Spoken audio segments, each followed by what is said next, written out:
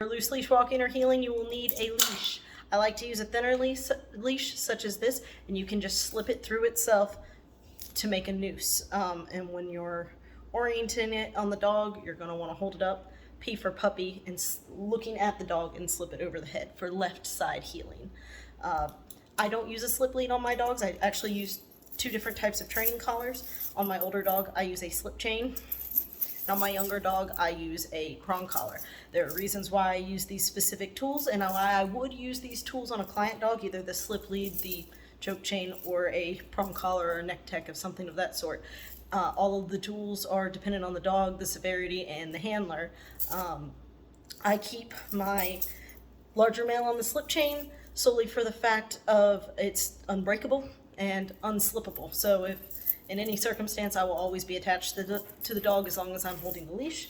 With my younger dog, he has snapped a few leashes, just like my competition lead and the leash that taught me how to train dogs. Anyways, I'm not mad about it, but he did snap it, so he went on to a prong. This offers a correction at the end. It takes a little bit of timing out for the handler, and it prevents my stuff from being broken. So now he's walked on a prong. You can use straight compulsion, which means just using leash pressure or force to teach loose leash walking, but if you'd like to pay them for their time, these are Instinct Raw Boost mixers. They're freaking awesome. They're the only dog treat that I use, so let's get to work. Okay, Crow's just come out of the crate. He has his properly fitted prong collar on and this 4-foot thin leash. I haven't asked him to do anything yet. You always want to address your dog by name. Crow, heel, and I walk into the dogs. See how he's kind of bouncing and he's excited? I just keep walking until he positions himself in a way that is out of my way and he's thinking.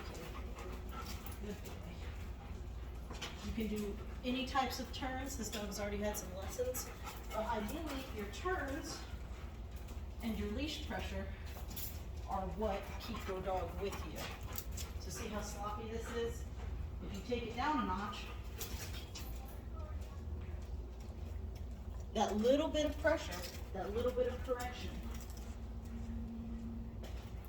gets them thinking again. Crow sits. All right, I'm trying to figure out the best way to talk and work him because we're having to do some troubleshooting right here. I highly recommend not using food to start when you're teaching leash walking. It's a little too confusing. They get into your hand and they get distracted, not at the point at hand. What we're teaching them is to flow with us, right?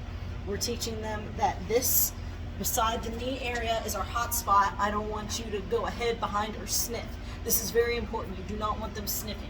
So when I address them, I let them know that I'm talking to them. Crow, heel, and I want to do lots of turns, and I only want to apply pressure to the lead when I need to communicate something to him.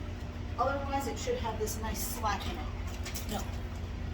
He's going ahead of me. I don't like it. I'll offer a quick little pop. But these turns that I'm doing here are important because it keeps them aware of where I'm walking. Okay. Perfect. Another reason I like a prong collar and why there's a prong collar on this dog, it offers a little bit of fine tuning. So I don't have to constantly be fighting the force out of this dog because if he wanted to sniff, he could just sniff. He could just pull me and sniff. The prong takes, a properly fitted prong takes that fight out of them. It offers a little bit more pressure so we don't have to yank on them as hard because you have to apply some sort of pressure to get their attention somehow. Doing things out of pure engagement with food doesn't always work because people want to move away from food. That's where correction comes in, and that's why I would suggest to start just with some leash pressure. Crow. Yep. Good boy.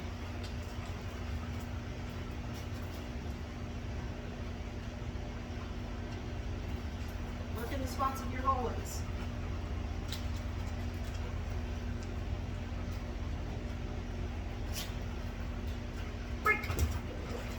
I always pair it with a release command. So crow, heel, break. You can come out. If you give a command, you also have to give a release command.